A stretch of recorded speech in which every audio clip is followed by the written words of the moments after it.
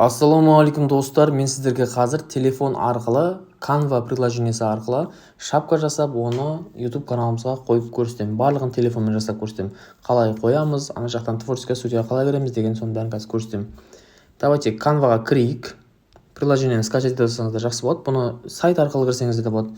Googleға кәдімгідей Canva деп жазсам, Googleға дәл осы бет ашылады. Енді мен поискке шапка дей саламын. Шапка десем, өзі автоматын шығарып береді. Шапка YouTube деп тұр. Тура компьютердегі көрсетілгендей дәл осылай. Кіресіздер ары қарай.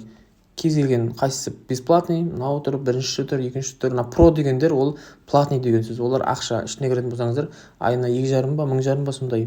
Жылына 30 000 теңге деген сияқты сондай деймін по идее.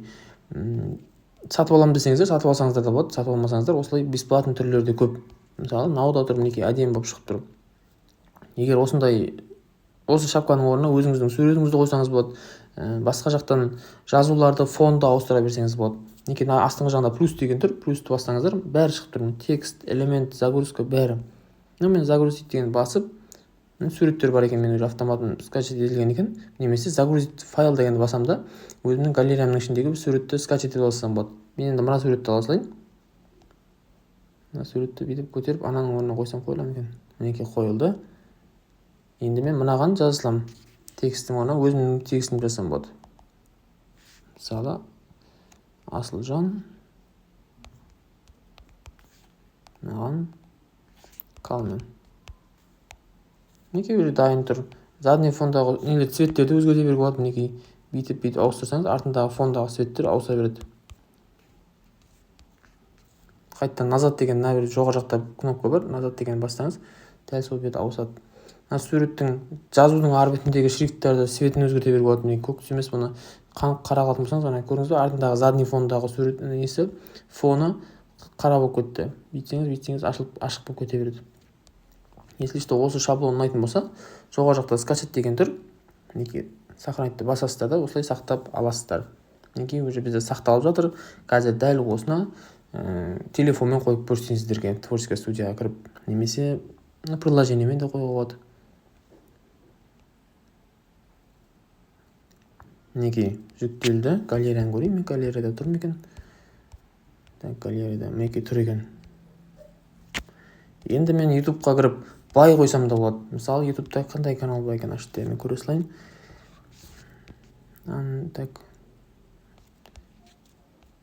Каходқа қоя салайын.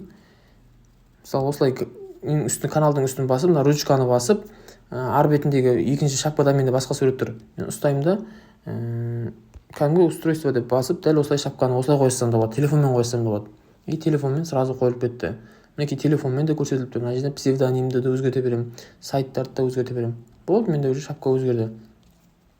Бұл кәдімгі приложениемен кіру арқылы. Қазір обновить жерсін ашылады. Мінекей уже менде асылды шапка.